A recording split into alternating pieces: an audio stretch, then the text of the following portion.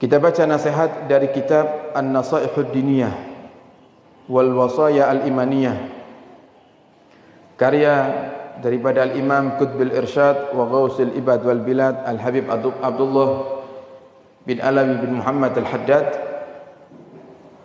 Beliau mengatakan, wa yanbaghi lil alim, dan seharusnya bagi orang yang berilmu itu, an yakuna hadithuhu ma'al amati fi hali mukhalatatihi wa mujalasatihi, di saat dia duduk bersama orang-orang yang awam,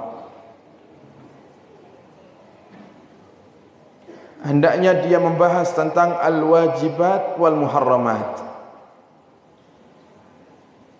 Al-Imam Haddad, para hadirin hadirat, mengajak kita untuk sadar, untuk menjadikan semua orang yang kita temui sebagai ladang pahala untuk kita. Dengan siapapun kaulah panjenengan berjumpa dan bertemu, bahkan sampai kita duduk bersama ngobrol, jadikan obrolan tersebut adalah obrolan yang Anda akan mendapatkan pahala daripada Allah Subhanahu wa taala. Itu menjadi syarat utama agar perkumpulan itu menjadi perkumpulan yang diridhai oleh Allah. Menyela-nyelai perkumpulan dengan pembicaraan yang mungkin bersifat mubah hukumnya adalah boleh-boleh saja. Akan tapi orang yang cerdas itu, kata Nabi Muhammad SAW, adalah orang yang berfikir bagaimana nanti bekal yang akan dia bawa menuju akhirat. Itu orang cerdas. Jadi dimanapun dia berada selalu berfikir, gimana bekal saya nanti di akhirat? Bekal saya kira-kira ada atau tidak? Ada atau tidak? Nah, di antara tanda orang itu cerdas memikirkan bekal yang akan dia bawa nanti di akhirat adalah dia jadikan setiap orang yang dia temui adalah untuk menyampaikan kebaikan. Terutama bagi mereka orang-orang yang berilmu. Panjenengan yang ngaji, sudah belajar ilmu, apa yang kiranya jenengan tahu dan kebetulan jenengan duduk dengan orang yang tidak tahu, sampaikan yang Anda tahu. Kata Imam Haddad, an yakuna hadithuhu ma'al amah, di saat kaulah panjenengan kumpul dengan orang yang awam, orang yang mungkin dia tidak mengenal ibadah kepada Allah Subhanahu wa taala, maka hendaknya yang kaulah panjenengan bahas adalah tentang wajibat wal muharramat. Hal-hal yang wajib dan hal yang haram. Itu yang kita bahas. Supaya apa? Supaya masyarakat ini, baik mereka yang sadar akan ilmu atau yang mereka awam, mereka sakit mengamalkan apa yang telah diwajibkan oleh Allah dan mencegah diri dari melakukan keharaman.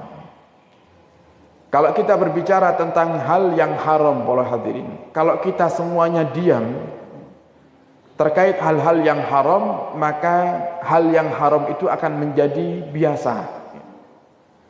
Hal yang haram itu akan menjadi adat. Oleh karenanya para ulama, contoh di bulan yang kita diperintahkan untuk banyak-banyak bersyukur, ya. Di bulan ini, bulan yang walaupun di kalender itu bulan Masehi, yaitu bulan Agustus, tapi ada nikmat besar yang Allah berikan kepada kaum muslimin muslimat di Indonesia di bulan Agustus, yaitu nikmat kemerdekaan.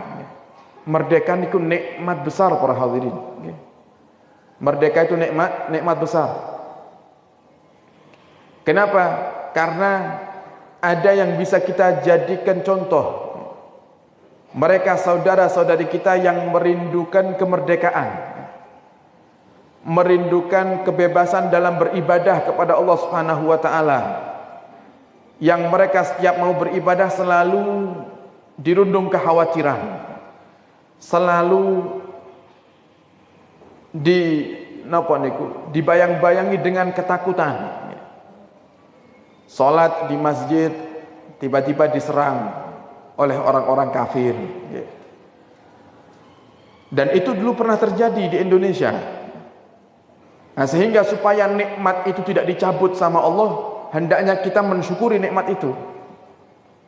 Dulu bagaimana, tidak usah yang jauh-jauh, waktu marak-maraknya PKI di Indonesia. Ada orang yang sholat subuh tiba-tiba dianiaya, yang perempuan dilecehkan di masjid, di rumah Allah Subhanahu wa taala. Itu pernah terjadi di Indonesia. Oleh karenanya, nikmat yang sudah Allah berikan kepada kita, yaitu nikmat aman, nikmat bisa beribadah dengan nyaman semacam ini, harus kita syukuri. Nah, mensyukurinya gimana? Tidak ada satupun cara yang dikatakan itu mensyukuri nikmatnya Allah yang berkaitan dengan yang haram, itu tidak ada. Tidak mungkin Allah suruh kalau panjenengan mensyukuri nikmat dengan hal yang haram, itu tidak mungkin, mustahil itu. Sehingga kalau panjenengan Allah paling sehat, cara mensyukurinya gimana? Sholat. Allah paling sehat, cara mensyukurinya hadir ke majelis. Kita gunakan kaki yang sehat ini untuk melangkah ke majelis. Allah kasih kita lisan yang bisa mengeluarkan suara, kita gunakan untuk berzikir. Itu mensyukuri nikmat. Sama, kemerdekaan ini perlu dan bahkan wajib sekali untuk kita syukuri, karena kalau tidak diberikan kemerdekaan mungkin kita tidak akan bisa berkumpul semacam ini para hadirin.